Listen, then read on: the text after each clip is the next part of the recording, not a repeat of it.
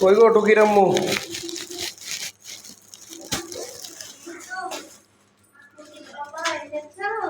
হ্যাঁ,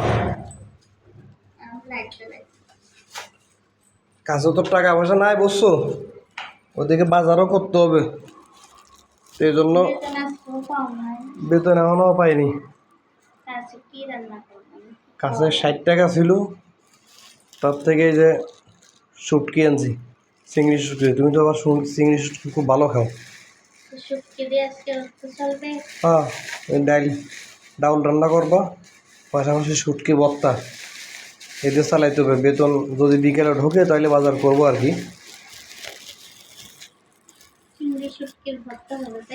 হ্যাঁ, এসব চিংড়ি মাছ। আর তোমার জন্য অল্প কটা নাস্তা আনছি। তুমি তো পেঁয়াজি খুব ভালো খাও। হ্যাঁ, টাকা নেই, তারপরে তোমার জন্য পেঁয়াজি আনছি। মজা আছে না? দাও।